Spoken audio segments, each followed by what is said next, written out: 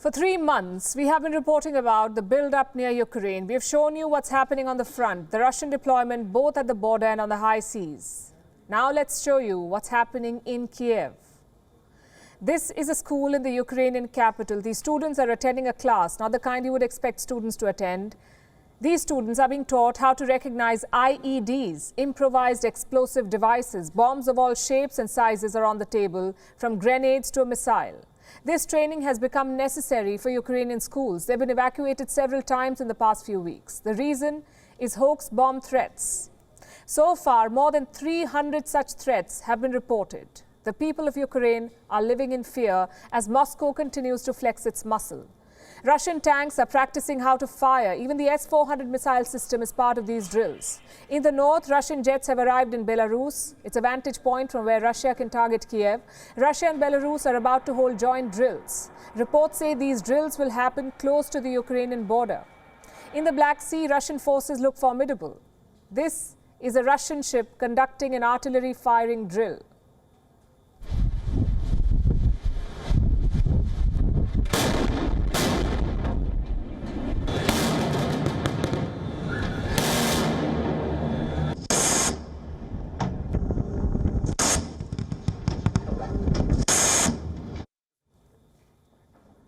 So the Russian military is now targeting Ukraine from all directions. Is Russia seriously considering an offensive, or is all of this bluster? Has the Russian president boxed himself in?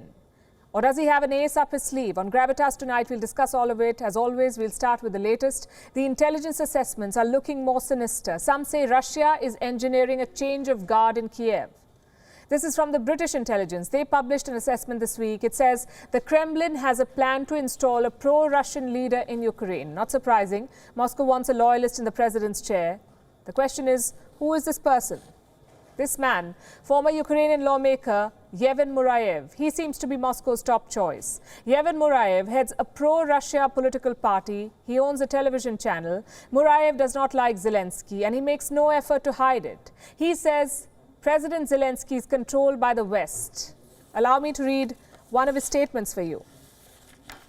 Zelensky is a hostage and he is being blackmailed by MI6, the CIA, anyone. Tomorrow they can force him to launch an offensive against the Donbass, which would lead to a full-scale war. Murayev also does not like international institutions like the IMF. And here is perhaps why Moscow likes him. Just like Vladimir Putin, this man, Murayev, says Kiev is to blame for the current tensions. So Murayev checks the right boxes for Russia. Is he involved in a plot to take Zelensky down? Murayev has called such claims baseless and absurd. The Russian Foreign Ministry has termed this British assessment disinformation. So we come back to the question, what is on Putin's mind? Will he invade militarily or strike the Ukrainian government from within?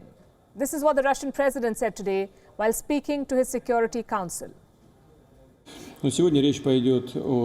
Today we discuss Security Council's direct responsibility zone, Russia's foreign policy. The Russian Foreign Ministry prepared an updated version of Russia's foreign policy conception project. This document, of course, is part of strategic planning. Russian Foreign Ministry took into account all of the recent world changes, including the changes that have occurred with foreign policy in the last 5 years. Of course, there is no mention of Ukraine. Foreign Minister Sergei Lavrov did say today that Russia does not want a war. But Moscow's actions suggest otherwise. Putin's moves are forcing the West to make some hard choices. Germany has been forced to respond. So far, Berlin was proving to be the weak link in the Western defense. But today it said it was ready to axe Nord Stream 2 if Russia invades Ukraine. And we made it clear that the renewed military action against Ukraine would have massive consequences for Russia. On this basis, we are working on a strong sanctions package. In the event of renewed aggression, the full range of our responses will be available, including Nord Stream 2. Yes, we want to engage in dialogue at all times. But in view of the current situation, we also need to be tough and make it unmistakably clear that the sovereign equality of states and the cornerstones of the European peace order are not negotiable. Und die Grundpfeiler der europäischen Friedensordnung sind nicht verhandelbar. That's a big commitment from Germany.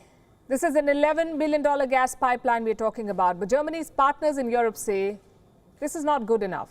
Smaller European states like Latvia and Austria are slamming Berlin. Latvia's defense minister, Artis Pabriks, has given an interview. Let me tell you what he said about Germany, and I'm quoting. How are you acting yourself when it comes to Lithuania, Russia, China? It's immoral and hypocritical. It's driving a division line between West and East in Europe. Germans forgot already that Americans were granting their security in the Cold War. But they should remember it's their moral duty. Latvia says Germany has an immoral and hypocritical relationship with Russia, their words. What about Austria? It says sanctioning the Nord Stream 2 is not a credible threat. Wir sind uns alle einer Meinung. I think in terms of financial sanctions and trade of goods, everything is on the table. To be honest, I don't think that a project such as Nord Stream 2, that doesn't even have an operating license yet, is a substantial threat to Russia and to Moscow. There are other measures, and I would caution against the idea that we should impose sanctions based on individual keywords. That we say, if it doesn't include Nord Stream or SWIFT, then the sanctions package is weak. That is not the case. Ossetien, Abchasien, Transnistrien, Donbass und die Krim besetzt. So Europe is struggling to get its act together. What about the US? Washington is struggling too. US President Joe Biden spoke to Ukrainian President Volodymyr Zelensky. According to one report, the call did not go well. There were serious disagreements over how the two sides are assessing the Russian threat. The White House has dismissed this claim, but Kiev has once again issued a warning about the Russian buildup. Russia has brought to the border 300 more tanks than last spring, but the number of modern anti-tank missiles that we possess now, which include Stugna, Korsar, Javelin, are more than potential targets. More soldiers, more advanced weapons and more drills. This is Russia's response. Moscow is raising the stakes. But what does it hope to get out of this escalation?